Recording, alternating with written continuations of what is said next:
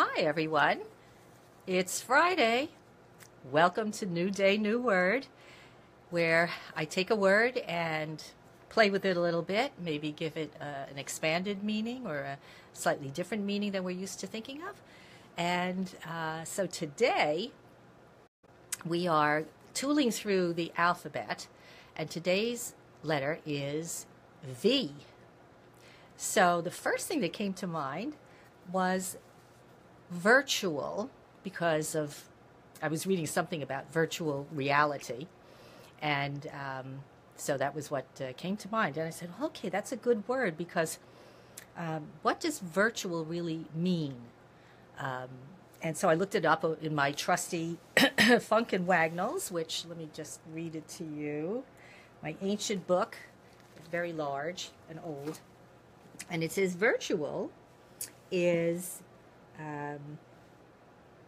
where are we? Virtual means being in effect, but not in form or appearance. So what is that telling us? And we know with virtual reality, we're looking through some kind of conveyance, and it seems like we're seeing all these things. You know, you're seeing all kinds of scenery and people and activities going on, and they seem so real. They seem really real, and yet there's nothing there. It's just like watching a movie, right? You watch a movie and you're entranced and it's on the screen, and you're into the movie, and something bad happens and you feel sad and you want to cry, or somebody makes a joke, one of the characters, and you laugh. So we get really involved. So it's a virtual experience because it seems so real, and yet it totally is in our imagination. And it's interesting because my spiritual path has been A Course in Miracles for, I hate to admit, more than 35 years.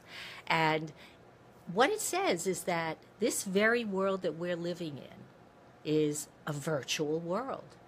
It's not the real world, in the sense that it's not eternal. It's not, it will change, it changes all the time, it comes, it goes, sad things happen, good things happen, and yet it's always changing. So in my mind, I'm thinking of virtual as being transitory, changing, as opposed to our reality as spirit, which says we are eternal. And when we think of ourselves that way, I think it gives us a whole different context for life. Because if you think of yourself as an eternal being, and you think of everybody else that you come in contact with as an eternal being, just think about how differently could change our relationships. So I think that's all I have to say about that. I think it's something to think about when we think about how we perceive each other. Do we perceive each other as some virtual, changing, a constant going and coming kind of person? Or do you think of yourself as this holy, changeless, eternal being, meeting and coming in contact with other eternal, holy beings?